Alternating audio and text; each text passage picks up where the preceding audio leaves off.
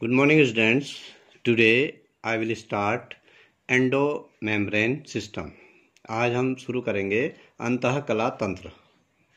ये जो अंतःकला तंत्र है, इसके अंतर्गत एक ऐसा सिस्टम आता है जो मेम्ब्रेन होता है, मेम्ब्रेन से जिनका निर्माण होता है, जो हमारी कोशिका झिल्ली होती है, कोशिका झिल्ली से इन अंगकों का निर्माण होता है, तो इनको अंतःकला तंत्र बोला जाता है। और इसमें सबसे पहला आता है अंतःप्रद्रवी जालिका, एंडोप्लाज्मिक रेटिकुलम इसको बोला जाता है। इसकी जो खोज की है पोर्टल एट अल, पोर्टल साइंटिस्ट का नाम है। जब उसके साथ एट अल जोड़ दिया जाता है तो इसका मतलब है उसके साथियों के साथ।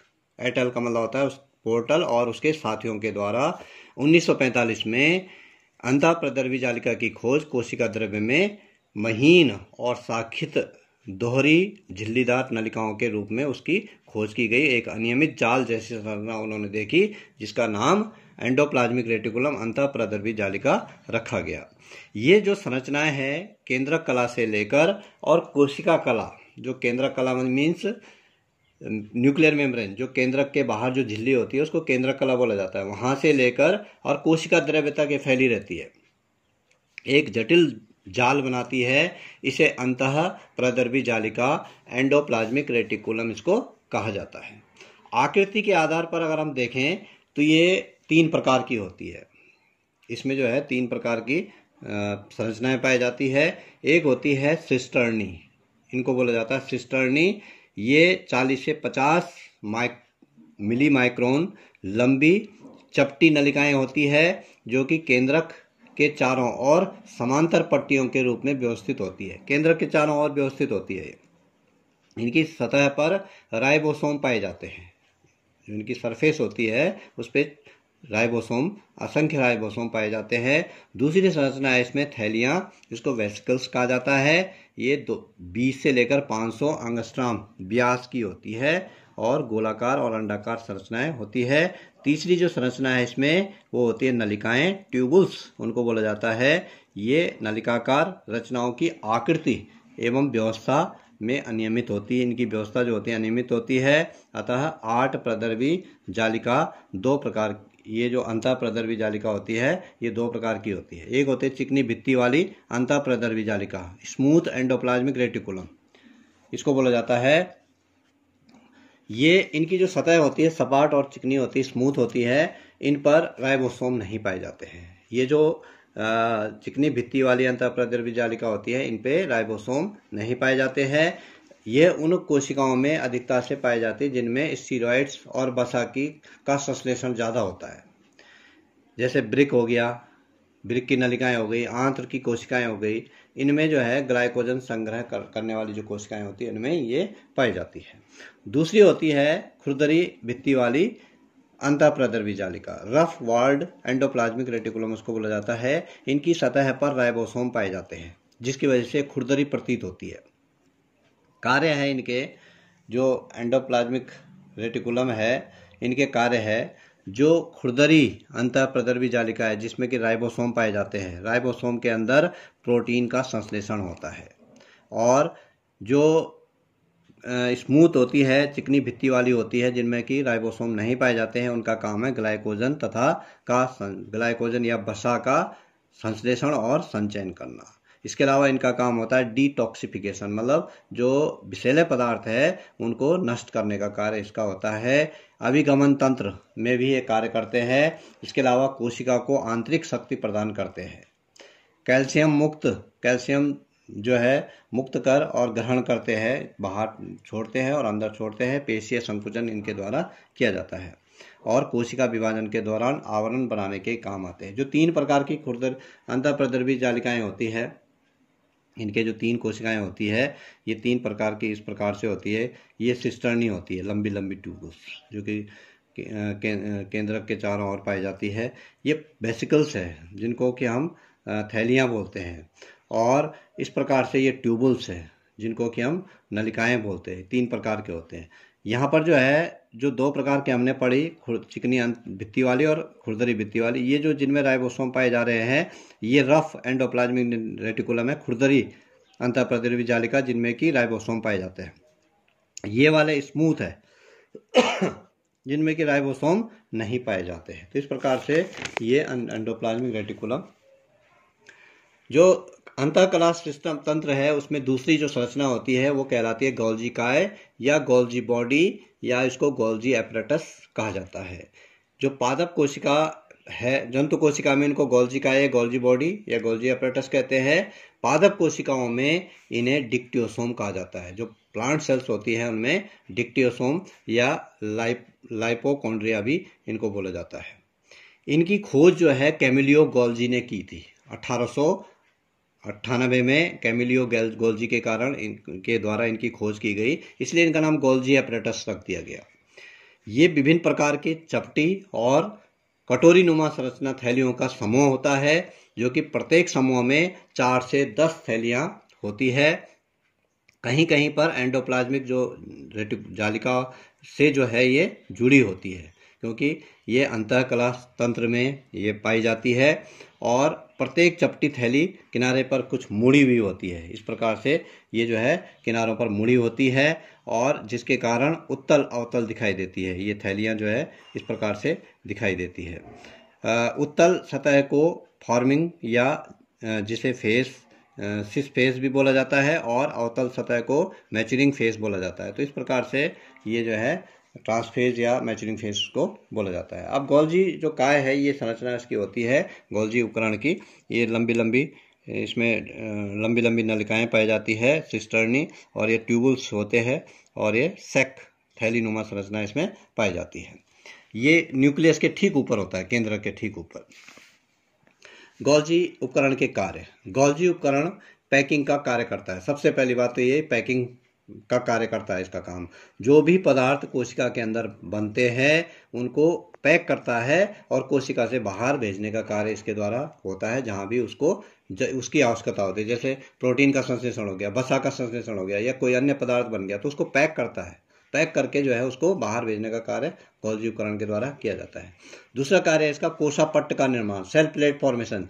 जब कोशिकाओं का विभाजन होता है तो एक कोशिका 2 कोशिकाओं में विभाजित होती है, तो बीच में ये कोशिका पट्ट का निर्माण करता है जिससे कि वो 2 कोशिकाओं में विभाजित हो जाता है। तीसरा कार्य है इसका शुक्र जनन के अंतर्गत जो अग्रपिंडक होता है, शुक्राणु में एक अग्रपिंडक होता है एक्रोसोम जिसको कहते हैं, उसका निर्माण जो है गोल्जी उपकरण के द्वारा किया जाता है। इसके अलावा और भी हार्मोन्स का जो है इसके द्वारा उत्पादन किया जाता है। तीसरा जो संरचना इसमें पाई जाती है उसको बोला जाता है लाइसोसोम।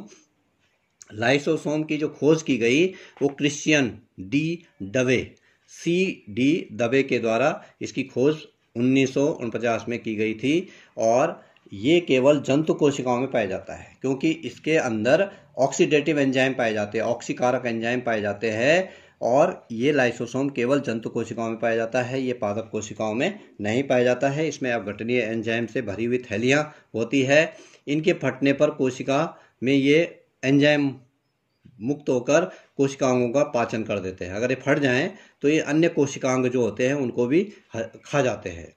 लाइसोसोम गोल और अनियमित आकार की रचनाएं होती है जिनका व्यास 0.6 म्यू माइक्रोन के बराबर होता है। गोल्जी बॉडी में बने नए लाइसोसोम प्राथमिक लाइसोसोम कहलाते हैं, जिनको कि फैगोसोम, इनके साथ जब फैगोसोम जुड़ जाते हैं तो ये द्वितीयक लाइसोसोम कहलाते हैं। लाइसोसोम को स्वभक्षी या आत्मघाती थैली या आत्महत्या थैली, ऑटोफेजिक या सुसाइडल बैग्स इनको बोला जाता है। वो इसलिए बोला जाता है, पहले तो इनका जो प्रमुख कार्य है ये क्या काम करते हैं, जो इन कोशिका में जो ऐसे पदार्थ होते हैं जिनकी कोई आवश्यकता नहीं है तो उनको ये खा जाते हैं और पचा देते हैं उनको, क्योंकि इनमें पाचक एंजाइम पाए जाते हैं। दूसरा, इनको आत्महत्या थैली या आत्मघाती थैली या सुसाइड बैग या ऑटोफेजिक बोला जाता है। क्वेश्चन भी आता है कि इनको आत्महत्या थैली आत्मघाती थैली क्यों बोला जाता है। इसलिए बोला जाता है कि जिस कोशिका के अंदर ये लाइसोसोम होते हैं, यदि वो कोशिका क्षीण हो जाती है, कमजोर हो जाती है, तो ये उसी कोशिका को खा जाते हैं और उसका पाचन कर देते हैं। इसके अलावा इनके जो प्रमुख कार्य है, कोशिका के बाहरी पदार्थों का पाचन करना, अति क्षतिग्रस्त कोशिकाओं का पाचन करना, मृत कोशिकाओं और निष्क्रिय कोशिकाओं का पाचन करना, ये इसके प्रमुख कार्य हैं।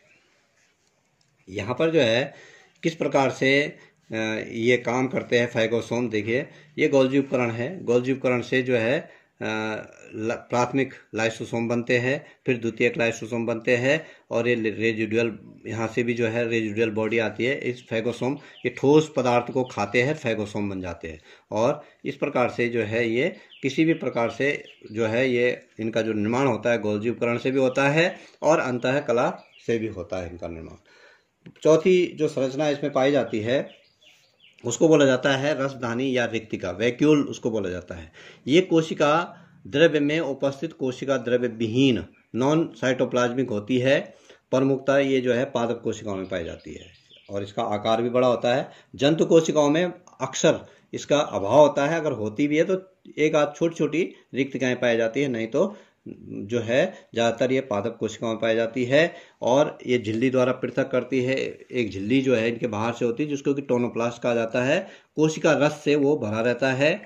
रिक्तिका में जो भरा हुआ कोशिका रस होता है उसमें अपशिष्ट पदार्थों का संचय होता है, जिसे अजेय पदार्थ कहा जाता है, या और भी जो है एर्गास्टिक पदार्थ भी उनको बोला जाता है। और इसमें जो है शर्करा, अमीनो एसिड, खनिज लवण, कार्बनिक अम्ल, वर्णक द्रव्य, ये सब इसमें घुले रहते हैं और आवश्यकता पड़ने पर कोशिका को वो प्राप्त हो जाते हैं। रिक्तिकाओं के प्रकार, एक होती है वायु रसधानी। ये केवल प्रोकैरियोटिक कोशिकाओं में पाई जाती है। पादपों में ये जो है उत्प्लावकता का काम करती है, तैरने का काम जो है करती है। दूसरी होती है रसधानी सेप वैक्यूल, जिसमें खनिज लवण और खाद्य पदार्थ होते हैं। तीसरी होती है खाद्य रसधानी, जिसमें कि खाद्य पदार्थ भरे रहते हैं, पचाने का कार्य जो है उसके द्वारा किया जाता है। और चौथी है संकुचनशील धानी, ये प्रासरण और उत्सर्जन के इसके द्वारा किया जाता है। अब बात करते हैं रिक्तिका के कार्य।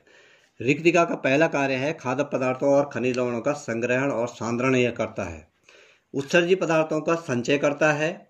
उपापचयी क्रियाओं में को जो है बाधित होने से बचाता है, जिससे कि जो हमारी मेटाबॉलिक जो भी रिएक्शन होती है उनको रोकने से बचाता है।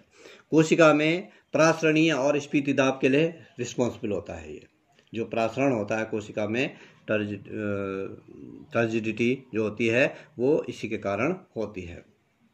रिक्तिकाओं में पाए जाने वाले वर्णक हो गया, फलों और पुष्पों में विभिन्न प्रकार के रंग प्रदान करने का कार्य भी इसी के द्वारा किया जाता है। अगला है इसमें जो पांचवी संरचना होती है वो होती है सूत्रकणिका या माइटोकॉन्ड्रिया। इसको माइटोकॉन्ड्रिया जो है ये बेंडर के द्वारा जो है इसका नाम रखा गया। और माइटो का मतलब होता है थ्रेड, कॉन्ड्रिया का मतलब होता है ग्रेन्यूल। रस धागे के नुमा जो है ये संरचनाएं होती है, उनको माइटोकॉन्ड्रिया बोला जाता है। ये कोशिका द्रव्य में अनेक सूक्ष्म रॉड शेप्ड छड़ाकार जो है या गोलाकार या सूत्री कोशिकांग होते हैं। माइटोकॉन्ड्रिया को कॉन्ड्रियोसोम भी बोला जाता है। माइटोकॉन्ड्रिया में डीएनए भी पाया जाता है। माइटोकॉन्ड्रिया के चारों ओर एक झिल्ली होती है, दोहरी झिल्ली पाई जाती, दोहरी परत वाली झिल्ली पाई जाती है। उसको वायकला सपाट जो कि स्मूथ होती है, जो कि बाहर की जो कला होती है झिल्ली होती है स्मूथ होती है, जबकि बाहर अंदर वाली जो होती है वो विभिन्न स्थानों पर अंदर की ओर मैट्रिक्स के रूप में होती है। उंगली के नुमा जो है मुड़कर छोटी छोटी चपटी बन जाती है, जिनको कि क्रिस्टी कहा जाता है। वो जो घूम जाती है उनको क्रिस्टी कहा जाता है। और इनमें जो है माइटोकॉन्ड्रिया के अंदर अनेक छोटे छोटे भागों में उसको जो है बांट देती है। इस प्रकार से जो है ये इस प्रकार के अंदर को मुड़ी रहती है। बाहर वाली सपाट होती है, अंदर वाली इनको क्रिस्टी बोला जाता है। माइटोकॉन्ड्रियल मैट्रिक्स इसमें भरा रहता है, जो अंदर भरा रहता है माइटोकॉन्ड्रियल द्रव इसमें भरा रहता है। दो कलाओं के बीच, दो झिल्लियों के बीच एक तरल पदार्थ भरा रहता है जिसमें कि कुछ एंजाइम होती है। ये दो कलाएं होती है, एक झिल्ली है अंदर वाली और एक बाहर वाली, इसके बीच कुछ एंजाइम भरे रहते हैं।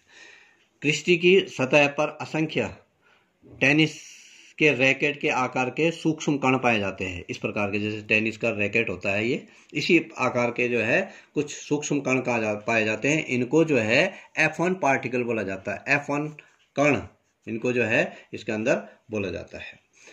F1 कण में 3 भाग होते हैं। एक होता है नीचे वाला जिसको कि बेस बोला जाता है, ये वाला ये बेस होता है।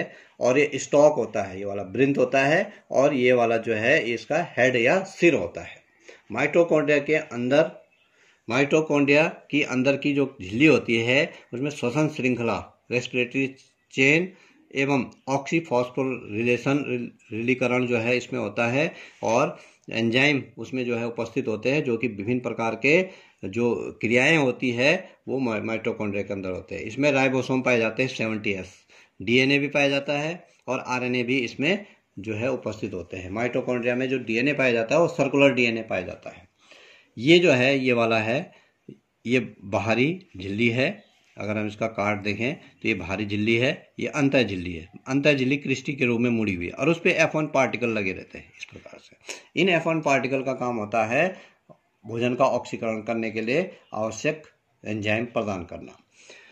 माइटोकॉन्ड्रिया के कार्य, functions of the mitochondria. Mitochondria में भोजन का ऑक्सीकरण होता है। सबसे पहले जो हमने भोजन खाया, ग्लूकोज, कार्बोहाइड्रेट जो भी गया अंदर, उसको ये ऑक्सीकरण करते हैं उसका, और उसको जो है दहन करने का कार्य करते हैं, जिससे कि कार्बन डाइऑक्साइड और ऊर्जा मुक्त होती है। और जो ऊर्जा है वो एटीपी, एडेनोसिन ट्राइफॉस्फेट के रूप में संचित हो जाती है। और माइटोकॉन्ड्रिया को इसीलिए कोशिका का ऊर्जा घर या power house of the cell कहा जाता है, क्योंकि इसके अंदर ऊर्जा का निर्माण होता है। और ये माइटोकॉन्ड्रिया यहीं पर समाप्त होता है। Thank you.